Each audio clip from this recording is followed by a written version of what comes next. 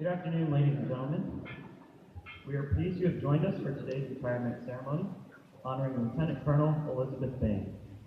Throughout the ceremony, you will be given cues to stand and be seated at the appropriate times. As a reminder, during the singing of our national anthem, military members should stand at attention, and our civilian guests should place their right hand over their heart. At this time, we ask that you silence all electronic devices for the duration of the ceremony. Thank you.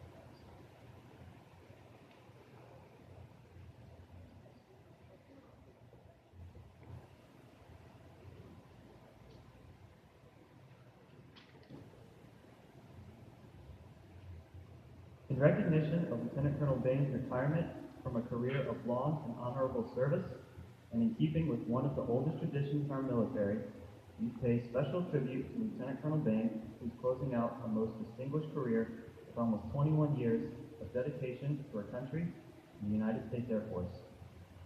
Today, Lieutenant Colonel Bain is joined by her husband, Lieutenant Colonel John Bain, her daughters, Christina and Isabella, her son Landon, her mother Christine, and her spouse Bill Weinberger, and her brother Nick Beaton.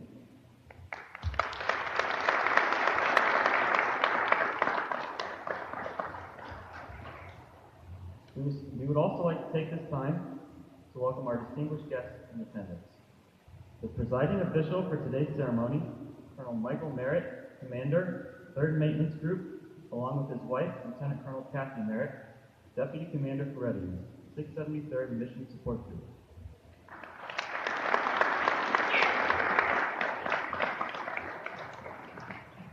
Colonel Christopher Niemeyer, Commander, 3rd Wing.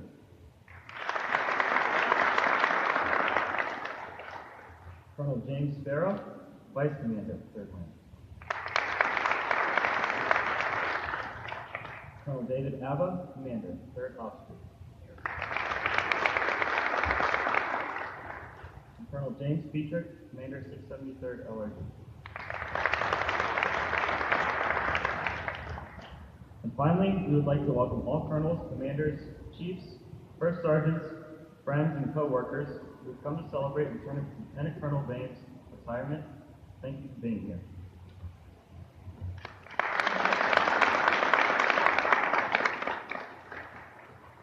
Ladies and gentlemen, please stand for the arrival of the official party, the posting of the colors, singing of our national anthem by Staff Sergeant Adrian Brown, and the invocation offered by Chaplain Crawford.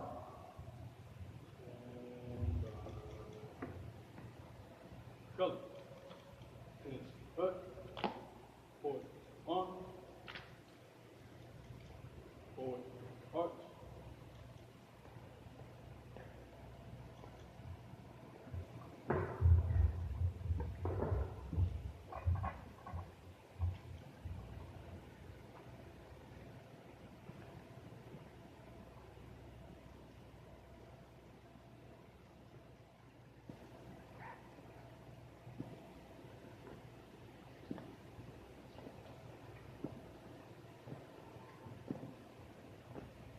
Go. Hold.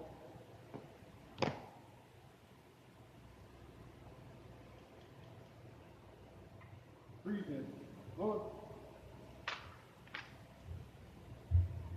Oh, say, can you see by the dawn's early light what so proudly weeping at the twilight's last gleam, whose broad stripes and bright stars through the perilous fight o'er the ramparts we watched were so gallantly streamed, and the rocket's red leather bombs bursting in air gave proof through the night that our flag was still there. Oh, say does that star-spangled banner yet wave o'er the land of the free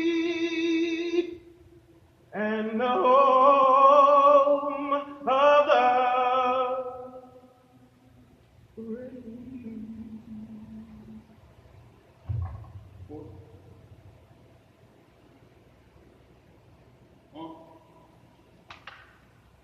Color. Color center. Mark.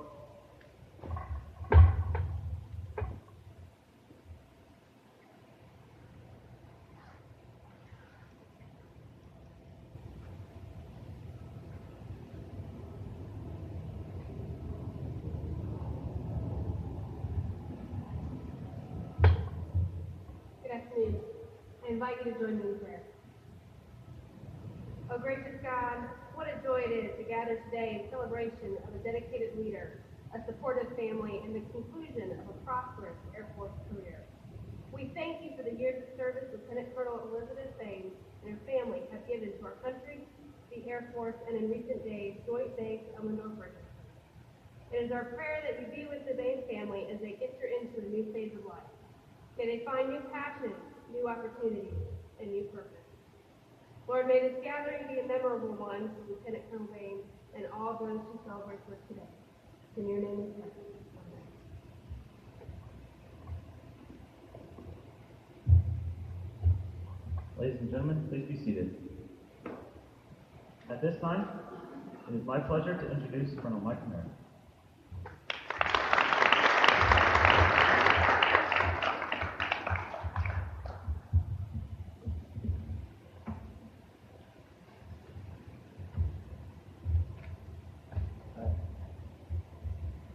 From Limai, Chief Wolf, from Sparrow, from Laba, from Petrie, Commanders,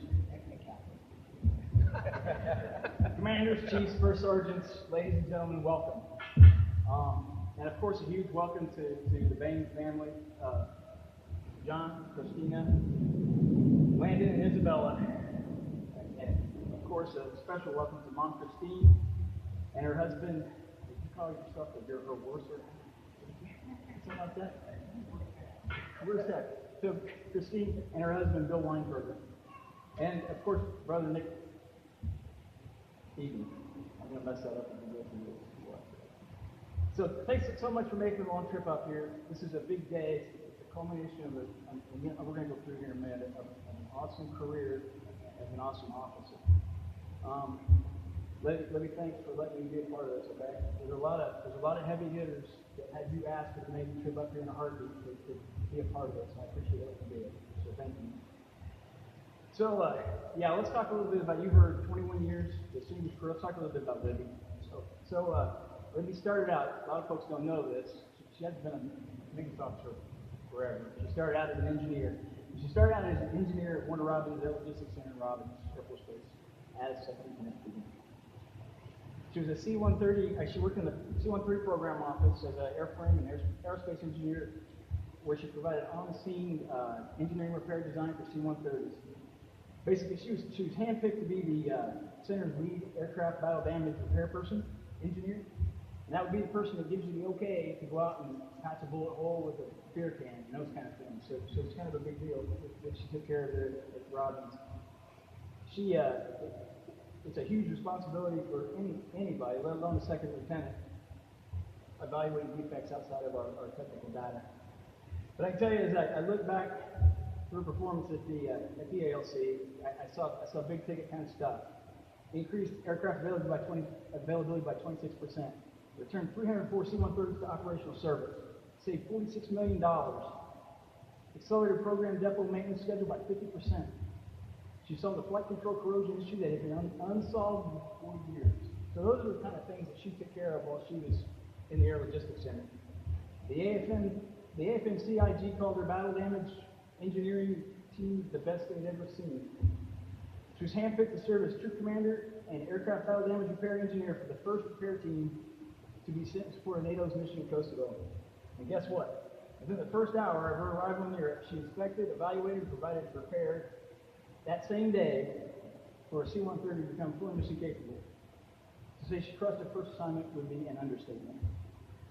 And at the time she was stationed at Robbins, John was stationed at Langley, and they had been living this separate life for I won't say 5 years at the time, but the whole time she was in the outside for years. So she's going to figure out how she's going to be flying, right? So she calls the AFPC. All you lieutenants out there, what would she do to you if you called the AFPC direct? You'd get a sharp object. I know that. But she did it, and in typical Libby stuff, she's trying to work some kind of joint something. And I think AFPC applies. We don't work joint romance, we work joint spouse or something like that. Yeah, so that didn't work out for her. But she's not going to give up. If you know anything about Colonel Bain, she doesn't give up. So she wants to go to Langley.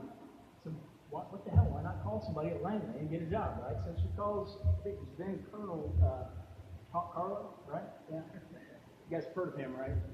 She calls him up. I think he was the OG at the time.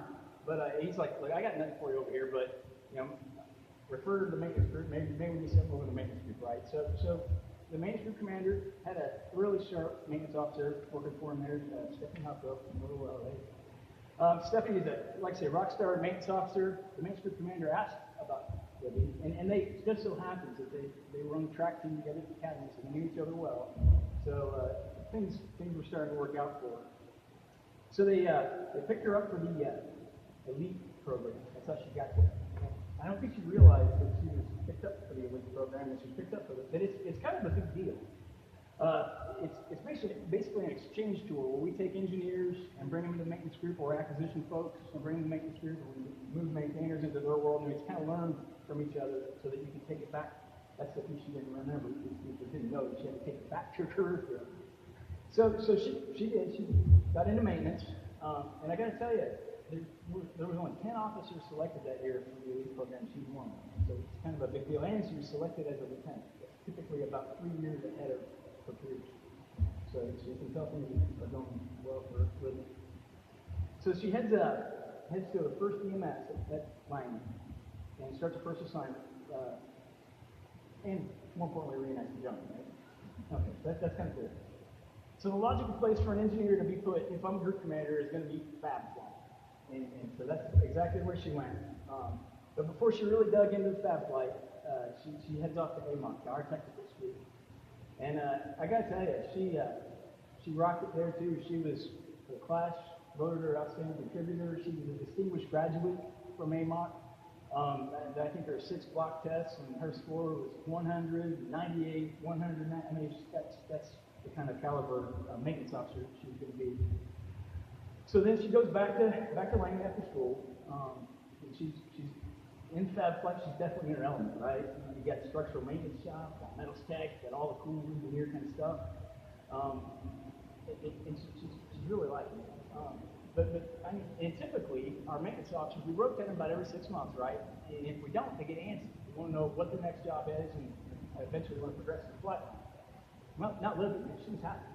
She spent 2 years in the Fab Flight because she really, and she excelled and did well. But that's not gonna work for a sharp maintenance officer. She's gonna eventually get to the flight line. That's what they did. They pulled her out of there, kicking and screaming, and sent her over to the 27th Fighter Squadron to be the 3rd generation flight leader. She was able to deploy with John in that role, I think. And I gotta tell you, looking at her records, this is where she blossomed. This is where Libby became the rockstar maintenance officer. She deployed as a SMO, squadron maintenance officer. That's typically a major type billet. They went to PSAT and for OSW. She led that AMU and she garnered an MC rate of over 92%. So I mean, she did it right and had a successful deployment with her husband. Kind of cool. She was named Flight Commander of the Year in a fighter squadron, which is, I thought was kind of cool. So anyway, she was their Leo Marquez nominee that year. And I pulled this line out because I thought it was so Libby. She imparted enthusiastic, pride of ownership philosophy out of her AMU. She emphasized a fix it right the first time mantra, resulting in the highest first fighter wing MC rates in 4 years. I thought her OG described her best when he called her a natural leader that takes care of the troops. And because of it, 27 Fire Squadron morale is sky high. So, so she's been doing this her whole career, not just here. Okay, remember I told you she didn't realize that this elite thing had payback. And so she had to go back to her engineering career. But it's okay. I don't know how they pulled it off. I guess they were making up the joint romance with joint spouse. But they got, John and Libby got to go to Germany. John went to Simbach, and man, I know I'm going to mess this up. He went to Vogelway in Germany. So anyway, it's an area in Tuscaloosa. Libby became the Chief of Science and Technical Intelligence Assistant Operations. So you know what that was, though? Let me tell you, her mission was there. She, civilian clothes, right? Goes to air shows, checks out airplanes, and any other alien stuff that's there to fill in intel gaps and capabilities of those aircraft at places like Paris. It's a pretty cool place. And I think she was able to take John, right? TUI as a SME. So they got to offer, and it's not just Europe. I mean, it's South America. It's all over the world. Going to air shows and conferences, and all those kind of things. But she still, in addition to that, kicked butt there as well. In just her first year, she cranked out 329 intel reports, 67 praised as valuable. She was high valued by national analysts. That represented a 90% increase over the previous fiscal year. So again, she's getting after it the way she always does.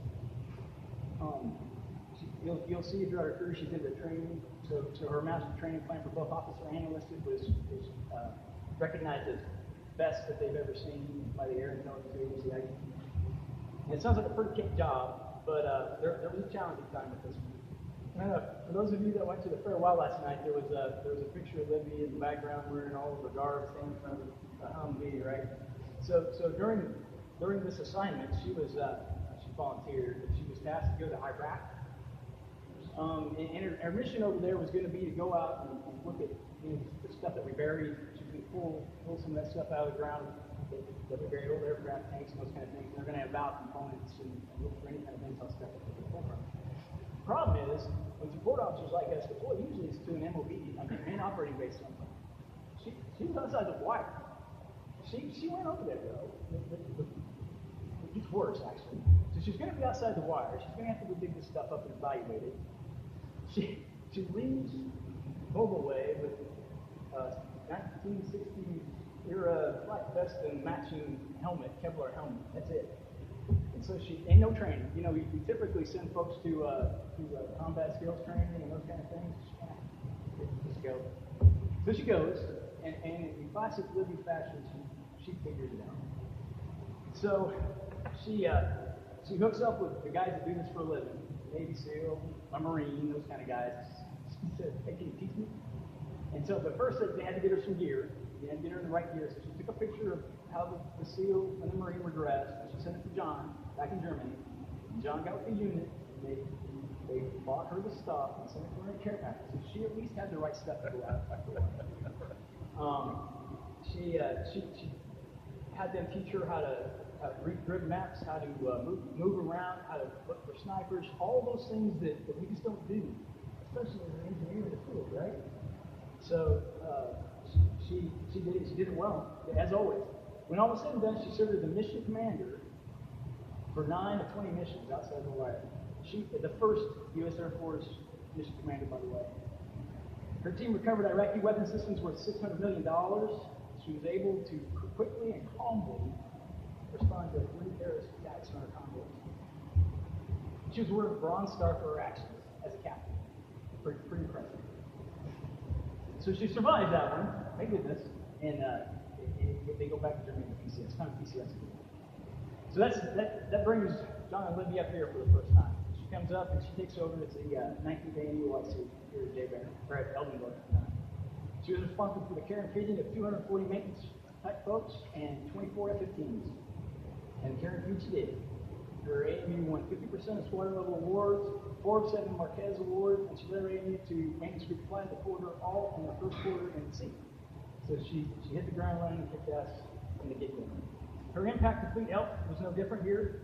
4 of 8 key maintenance indicators were best in the CAF. 7 of 8 were in the top 3. No one even came close.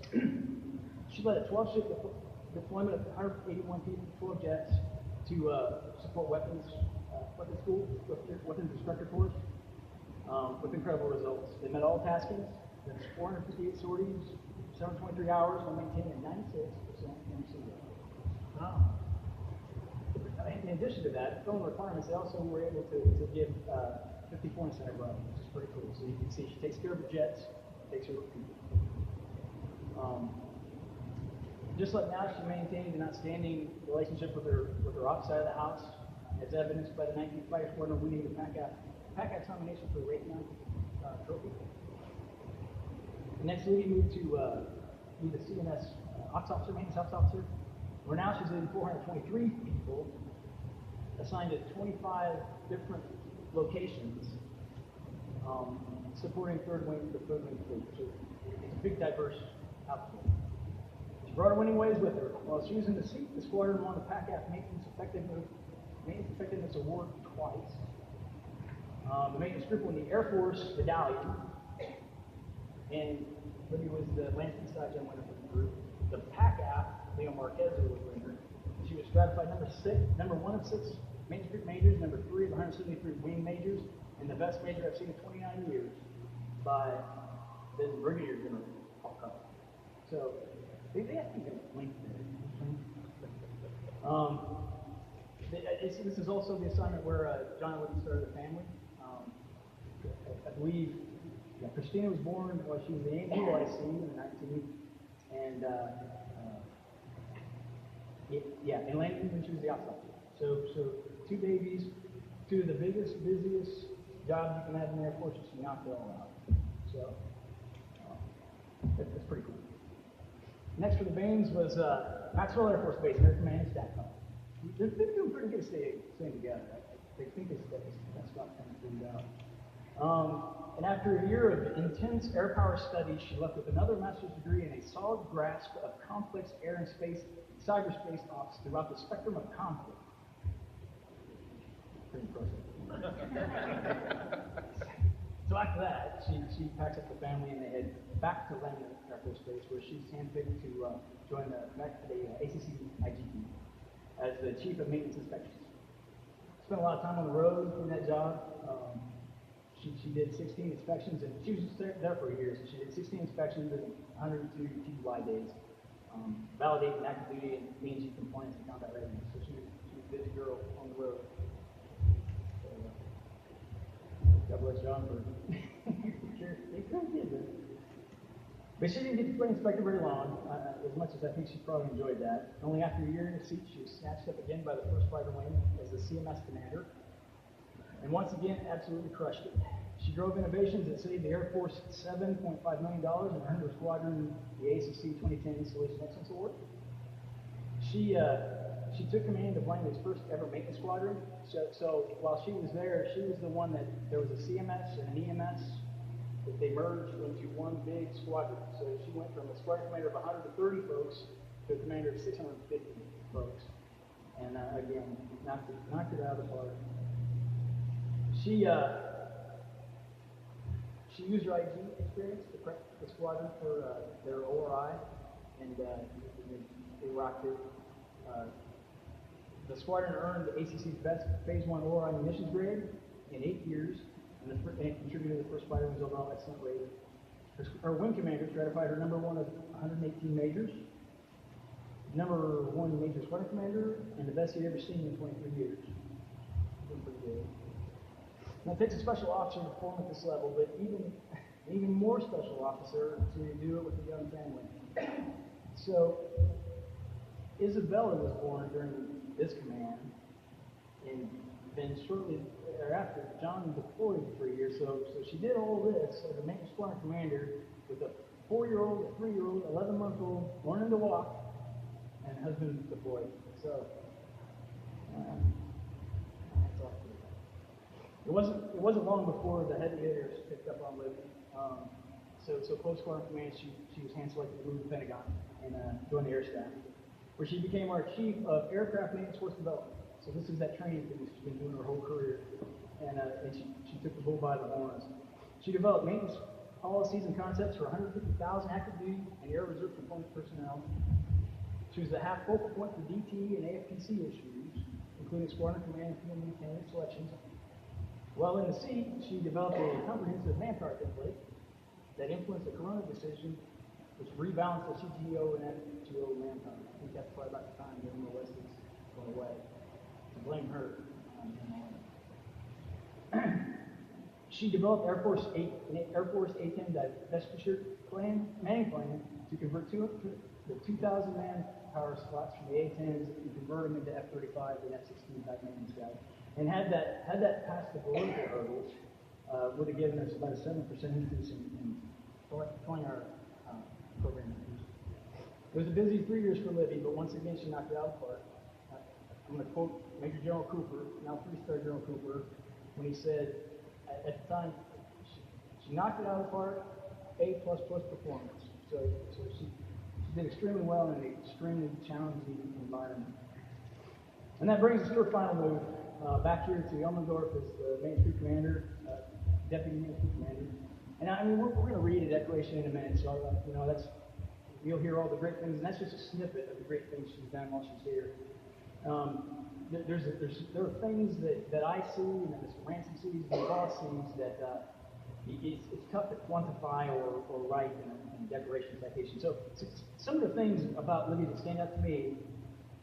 First, Libby is a maintenance colonel. Any maintenance group in the Air Force that she would move to and become the group commander would rock under her leadership.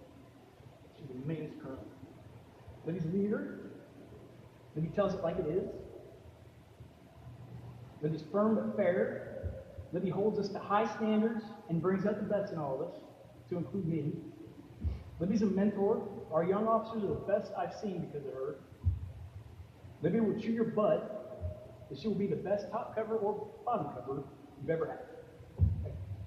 Take it from me. Libby cares. Libby cares about everybody and everything. And Libby's going to be missed. I'll close my comments here with a couple of blasts from the past. Folks she worked with along the way reached out and wanted me to pass on some things to her. So you can tell that she's excelled everywhere she's been. She's cared everywhere she's been. She's left lasting impressions on a lot of folks in the Air Force. So I got a note from Jeff King, who was a squadron commander here at Elmendorf. She was a squadron commander's dream. I know she ran Hitler's day camp when it came to QA failures. She created a special form and put her boot on throats until each one was resolved to her satisfaction. That's classic Libby. She wasn't only type A at work. Classic example. We were doing CMS staff PT one morning at the gym, and Libby dismounted her treadmill, marched up to an airman on an elliptical next to me, who was busy chatting with the airman next to him, and snapped, "If you can talk while you're exercising, you're not working hard enough." And then promptly turned around back to the machine and got back to exercising. Shots fired and received. Good. I can tell you her judgment was always suspect with me, considering how she chose to marry a fighter pilot. In all seriousness, Punch is a class act. I'm thankful for the friendship. Please pass my congrats and declaration. This is Chief Retired Kelly Branscombe. I was her chief at the 3rd CMS at Elmendorf Air Force Base in 2005-2008. I shared an office with most of that time. She's one of the finest maintenance officers I ever had the pleasure to work with. We continually bounce ideas off each other and improve our maintenance practices. And I could always count on her rock solid integrity as a deciding factor. It was our key to being named the best maintenance in the Air Force during this time. Interesting things about Libby: we often ate together, and she could eat enough for 3 sumo wrestlers and not gain an ounce. She ran so many miles a week. When we had the occasional dust up with another squadron over a maintenance or QA issue, she would be like a pit bull. Let's go chew some ass, Chief. I can see it. And I would be the old bull saying, let's get the whole story. So, we would often get together with our families, and she was a very gracious host and awesome mother. Her husband, John, is one of the most unassuming, laid-back fighter pilots I have ever met. What a great guy. Please pass my congrats to her for an outstanding career. Shelley and I will always count on her and John as great friends and great mates. Colonel Retired Rick Coelho, previous boss of Pentagon. The Air Force is losing an outstanding officer, a dynamic maintainer, and truly very nice person. She had a balanced work-play approach and really made a positive difference for our Air Force. I won't get into the details. The Force Development Team one night rented a limo and went out into D.C. to observe the nightlife. There's definitely some memories there. The airplane's on my best, so I'm sure we're going to get more of that story. And finally, from Colonel Grant Izzy, a co-worker and a great friend from the Pentagon. There's a quote from DLS, a former office mate, that I remember the most that sums up Libby. Libby is cooler than most guys. That year in A4LF was special, hard to describe. 3 colleagues that clicked so well we became best friends. We worked our asses off creating things like deliberate continuum of learning, and notably the elimination of the MOS commander buildings. I told you. Can you imagine if we had to fill those slots today with the current inventory we had? Libby worked on every project, even if it wasn't hers. We also had a lot of fun together, lots of nights after work to talk more work and have a few beverages. After a few DLS and Libby liked to dance, I kept liking the beverages. I mean this when I say that year working with Libby was one of the best, if not the best and most rewarding in my Air Force career. Those who really know Libby love her. She's an incredible officer, wife, mother, and best friend anyone can have. Wish her and her family the best. So, as you can see, Libby Bame has been a rock star her entire career. She's been able to balance doing a most awesome job in whatever job she was doing, in whatever location she was doing it. At the same time, maintaining an awesome family life. I mean, you guys had to rush around a little bit. That's what you're like, yeah. She rushed around a little bit, but she made it happen. And so I want to be like Libby with the work-family balance, because she's got that stuff figured out. I think we're going to wrap it up now if you're ready to do this. We wish you and you the best of luck. And if you're ready, let's hang out.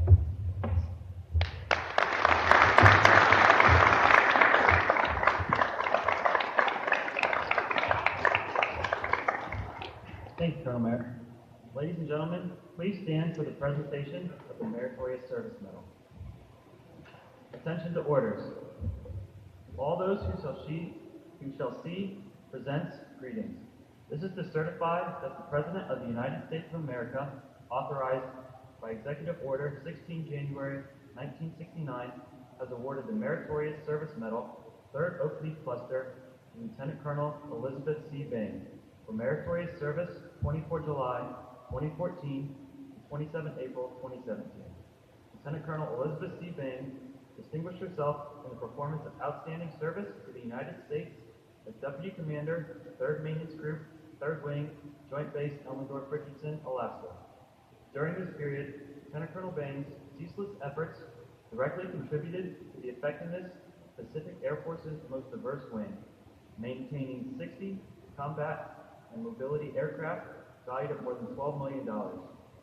Under her leadership, the group executed its $270 million annual flying hour program, generating over 19,000 sorties and 44,000 flying hours during her tenure.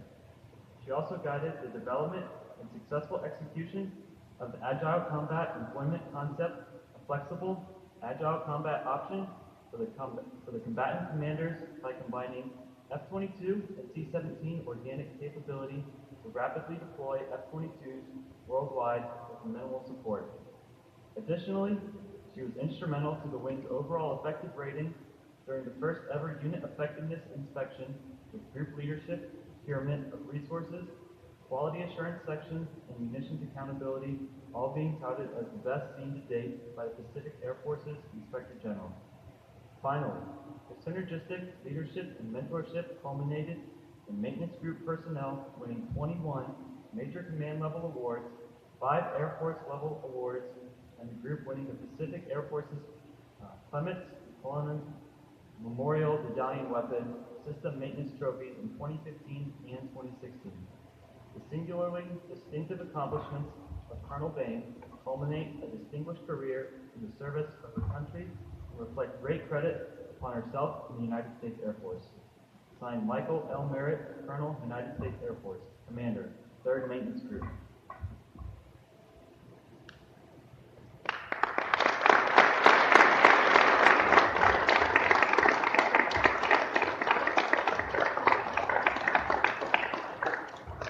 We will now proceed with the retirement portion of the ceremony by reading the retirement order.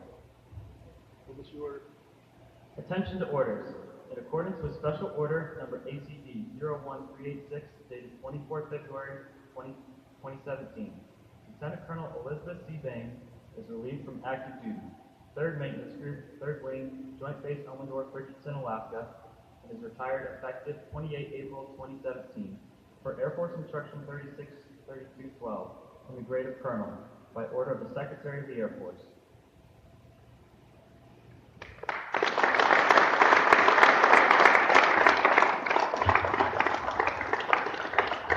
Ladies and gentlemen, please be seated.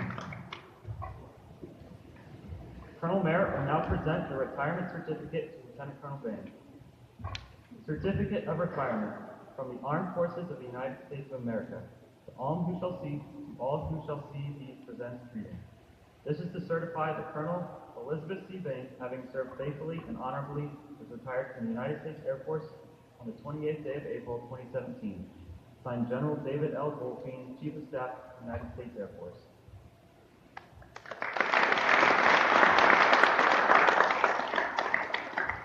Now I would like to read the Certificate of Appreciation from the Honorable Barack Obama. Certificate of Appreciation for service in the Armed Forces of the United States of America. Colonel Elizabeth C. Bain, I extend to you my personal thanks and the sincere appreciation of a grateful nation for your contribution of honorable service to our country.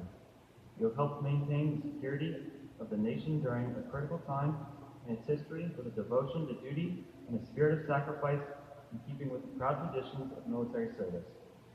Your commitment and dedication have been an inspiration for those who will follow in your footsteps, and for all Americans who join me today in saluting you for a job extremely well done. My best wishes to you for happiness and success in the future. Signed, Commander-in-Chief Barack Obama.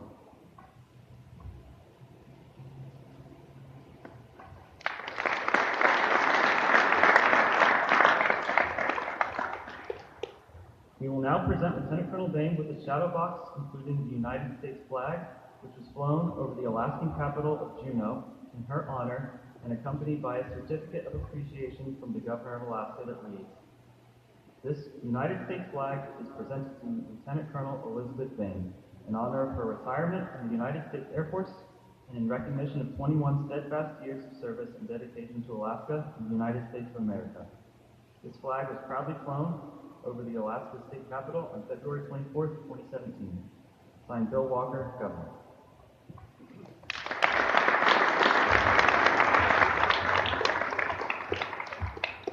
We now invite Lieutenant Colonel John Bain to join Lieutenant Colonel Elizabeth Bain and Colonel Merritt to the stage.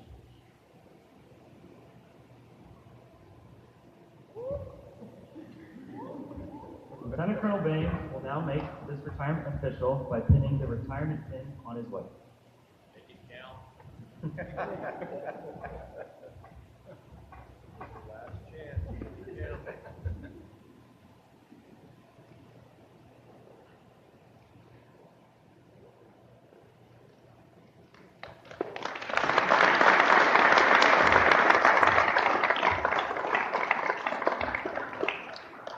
Lieutenant Colonel Bain also received certificates of appreciation from Chief Khalif Wright, Chief Master Sergeant of the Air Force, and Colonel Christopher J. Nemai, Commander of Third Wing. Lieutenant Colonel Bain would now like to present gifts to her family in honor of all that they have done to support her over her career.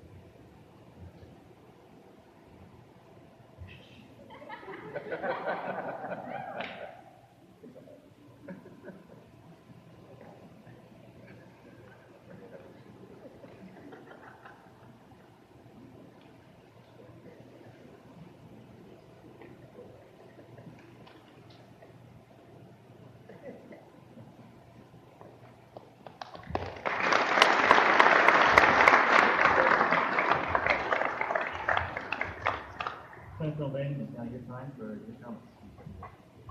Okay.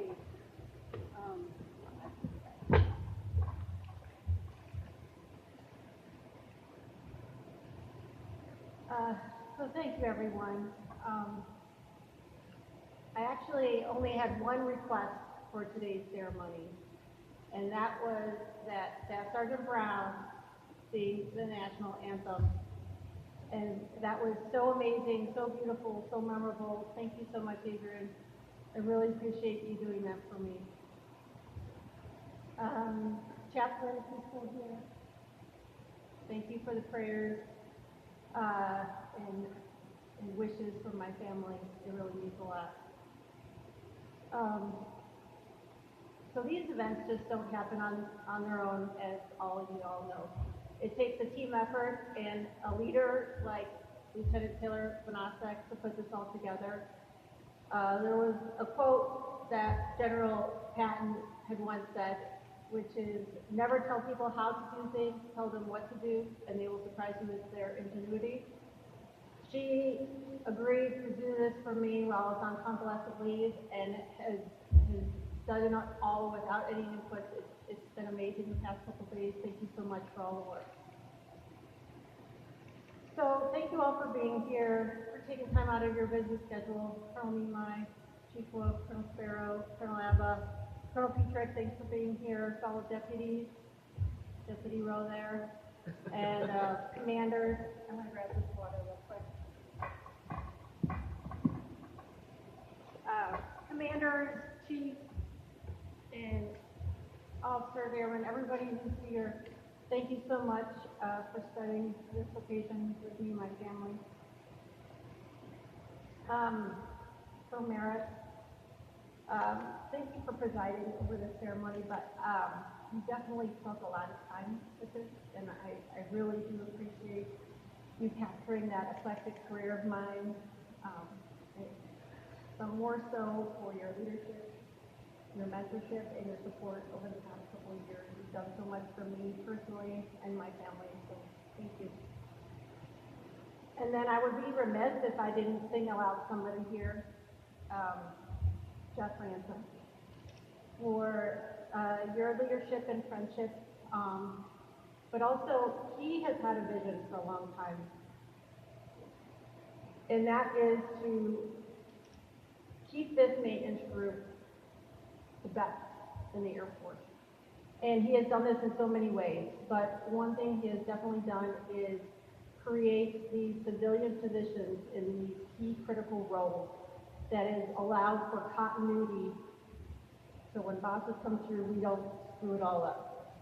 And I can't thank you enough for that vision and for putting people like Dave Johnson into those roles to make sure that we stay on track and continue with the success that the maintenance group has had for so long. So next is my husband. I'm going to start with him. We've had a lot of challenges in our career, but he would call those challenges adventures. And so it is this perspective that has provided clarity with every decision we've had to make along the way. But it also has made it so incredibly exciting. And I would not have wanted to go through this career without you alongside every step of the way. So thank you, and I love you. For Mom, Bill, and Nick, thank you so much for coming all the way from Michigan to be here. You, along with John's parents, have been our safety net. Being joint spouse is not always easy. You were always here during the summer, so our kids didn't have to spend all day in summer camp, here through all the exercises. Anytime we needed you, you were our backup. So thank you. My children, they reflect the best of the Air Force. They represent our core values, but also courage and creativity and loyalty and humble excellence, as I like to say. They have been just absolutely amazing, and they have such a great sense of humor, which is also reflected in the book. So I love you. I'm looking forward to your future in our next chapter of life. And then to the men and women of the Third Wing, it has been an absolute honor to serve with each and every one of you, to be part of such a successful team of leaders and airmen. It is a breeding ground to train the next leaders for the future. We have the mission, but we also have the culture and the people to do just that. So it has been an absolute honor to serve. Thank you for your continued service, and Godspeed.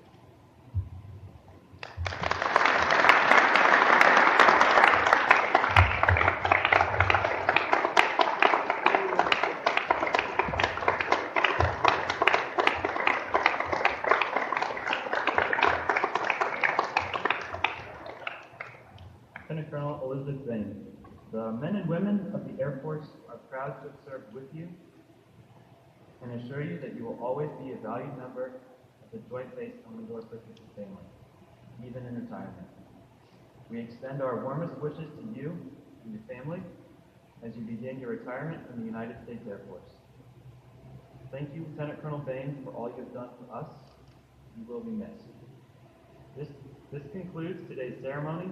On behalf of Lieutenant Colonel Bain and her family, thank you all for attending.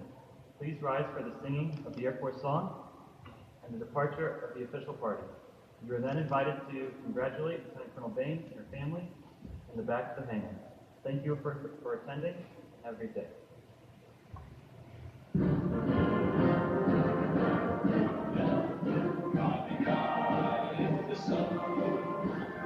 Here they come, soon to be our thunder. Attaboys, give it the gun. Give it the gun! Now we dive, spewing flames from under. Off with one hell of a roar. We live in vain around the clock. Hey! Nothing to stop the U.S. Air Force. Woo!